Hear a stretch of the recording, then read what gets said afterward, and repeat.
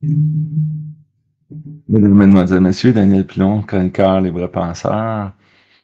Une petite vidéo de rien, juste pour vous montrer un extrait euh, du bulletin de nouvelles de TVA en juillet 2019, quand les citoyens de mon quartier étaient en furie parce que ils nous avaient mis de façon précipitée dans une zone inondable. On se rappelle que 2019 était l'année des dernières grosses au Québec. Et ce qui est fascinant, c'est que dans mon quartier, dans ma rue, c'est au pire des inondations, l'eau du fleuve était à 12 pieds avant d'atteindre les maisons. Donc, une dizaine de pieds avant d'atteindre la rue, à peu près 10 pieds, dans le pire. Donc, c'est même pas proche d'être une zone inondable. C'est même pas proche d'être proche, puis c'est même pas proche d'être proche d'être proche. Et à l'époque, le problème s'était réglé. Et puis, je me suis rendu compte qu'il n'y a rien de réglé parce que j'ai voulu aider un proche hier qui veut acheter une maison dans une région dans le West Island. J'ai dit, fais attention. Il me semble qu'il y avait eu des sévères inondations là. Et j'ai fouillé sur le web et j'ai découvert la carte des inondations du Québec, du ministère de l'Environnement et des Changements climatiques. Et effectivement, la maison de l'approche que je voulais aider était dans une zone inondable. C'est pour ça que le prix était vraiment pas cher, mais il y avait vraiment eu des inondations là, dans Pierrefonds. Et là, je suis allé voir mon adresse et j'ai découvert qu'on est cartographié inondable. C'est complètement capoté. Je dis pas si le niveau d'eau est passé à un pied ou deux, etc., là, mais c'est même pas proche. Donc, on devine que le gouvernement il a une idée dans la tête. C'est pas pour rien qu'ils mettent à peu près tous les riverains au Québec, zone inondable.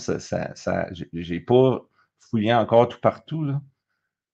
Mais il y a anguille sous roche. Donc, je vais vous partager l'extrait du bulletin de nouvelles de TVA qui était venu chez moi en 2019. Parce que les citoyens de la rue disaient, ils me connaissaient parce que j'étais chroniqueur, fait quelque chose, Dan. J'avais fait une vidéo, mais à un moment donné, j'avais appelé TVA et ils étaient déjà sur le dossier. Quelqu'un à Beaconsfield les avait contactés. Donc, vous allez voir dans la brève vidéo, je suis dedans. Un autre citoyen de ma rue est dedans. La mairesse de Notre-Dame de l'Île-Perrot, Dany Deschênes, est dedans. Le maire de Beaconsfield est dedans. Un autre citoyen de Beaconsfield est dedans. Pour vous montrer comment ça avait été de l'improvisation. Et ça en est toujours. C'est scandaleux qu'il y a des citoyens se retrouvent dans des zones inondables. Moi, c'est dans le contexte aussi que ma maison est à vendre. J'ai de la visite, etc. J'ai eu des offres. La maison, elle va se vendre, sauf que c'est sûr que dans le futur, les gens vont regarder les cartes et juste que ça soit zone inondable, les acheteurs vont reculer. Donc, ils vont faire baisser les valeurs. Je ne sais pas exactement où ils s'en vont avec ça, je vous laisse présumer. Mais sans plus tarder, je vous donne l'extrait euh, de TVA Nouvelles, le 19 juillet 2019. Et curieusement, je l'ai cherché sur le web, c'est disparu. Avant ça, c'était arrivé 3, 4 fois. Je l'avais montré à du monde. Je disais, regarde, j'avais pensé à TVA en 2019. Et curieusement, maintenant, c'est complètement disparu du web. Une chance, j'avais filmé ma télé quand ça avait passé et l'enregistrement était sur mon Facebook personnel. Donc, c'est avec un grand plaisir que je vous le partage. Et je vous invite à partager en grand nombre ce petit bijou qui nous montre qu'on est géré par des gens de mauvaise foi. Bonne écoute. Ça n'a pas de bon sens. Quand tu regardes le départ de l'eau, on n'est pas à risque du tout. On n'est même pas à 0%. On ne joue pas avec la valeur des gens. Je ne dis pas si l'autre est flirté avec le bord de la rue ou quelque chose, mais on est à risque zéro Au plus fort des crues de 2017 et 2019, le niveau de l'eau est monté à la troisième marche de cet escalier, insiste Daniel Pilon, 4 mètres plus bas que sa maison. C'est un dossier qui a été bâclé.